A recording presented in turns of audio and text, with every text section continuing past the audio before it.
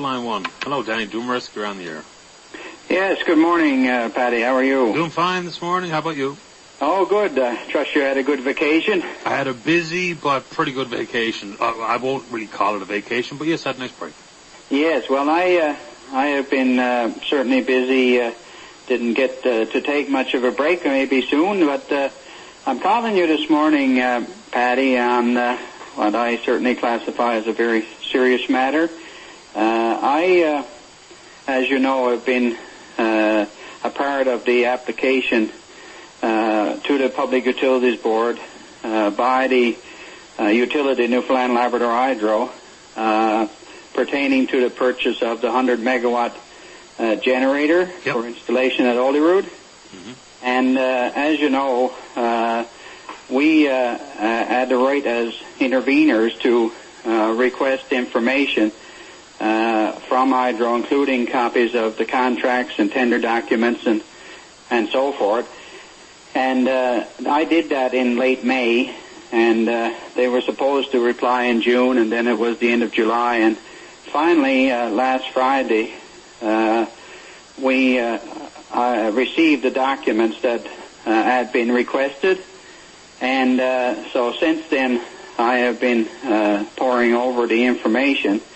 But last evening, after the close of business hours yesterday, I found a story published last Friday in the Wall Street Journal, the premier financial publication in the United States, indicating that the company Pro Energy Services out of Missouri, which is the company that we just awarded in May nearly $100 million contract for this combustion turbine. Yep.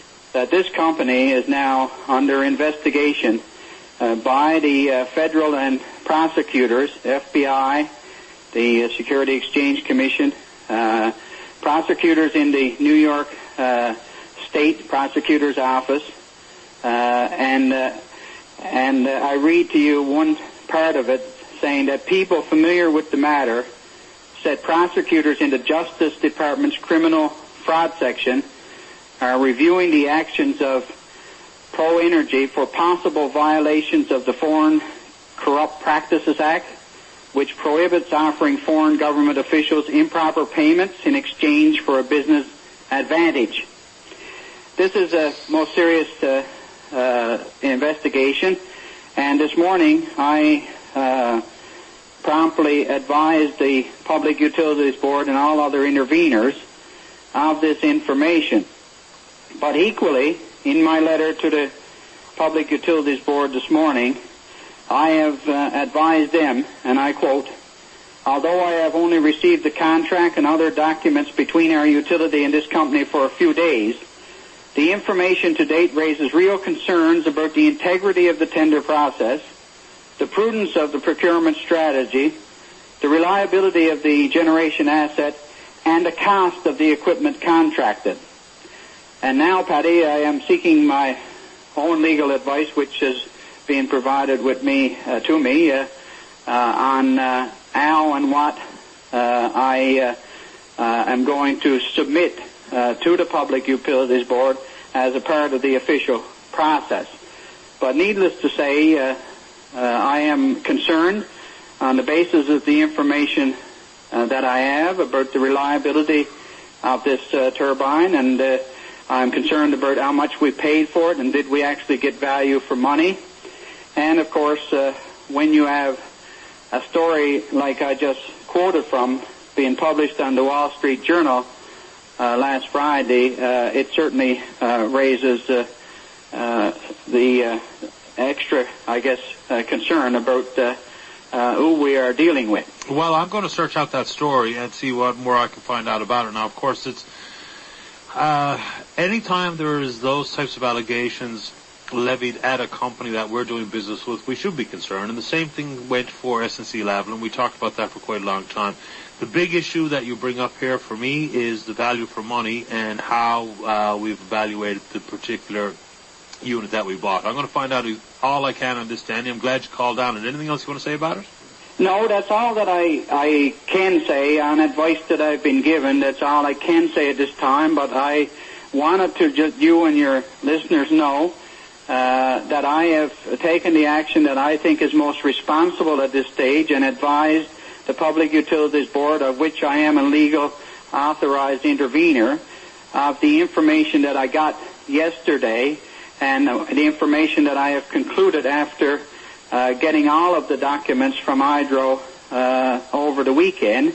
I think I have done what I am obliged to do, and I will certainly go forward now, continuing to gather information, and there are some very serious pieces of information coming forward to me, and I have to get advice on how I handle that information, and certainly I will be having more to say about this in the future as I'm authorized to do so. Yeah, I'm going to try and find out what I can on this front too, because it's, sometimes a company's bad behavior elsewhere doesn't mean that they've committed some similar,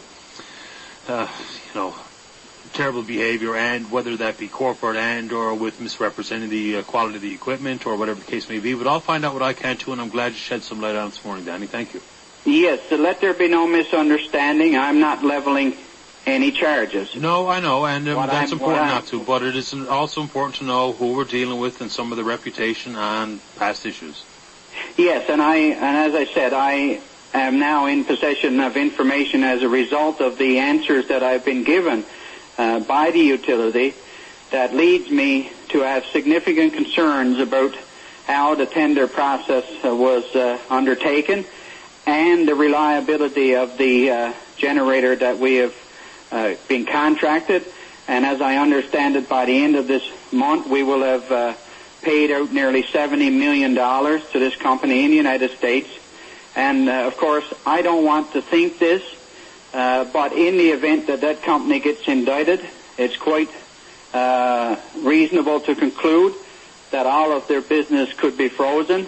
And certainly, if that happens, then that could have very dramatic consequences to us having a project up there that's only half complete. Yeah, well, let's find out what we can find out. Danny, good talking to you today. Stay in touch. Thanks for your time. Pleasure. Bye-bye. Bye-bye. Yeah, I don't know. Interesting, I guess, at the very least. See what we can find out.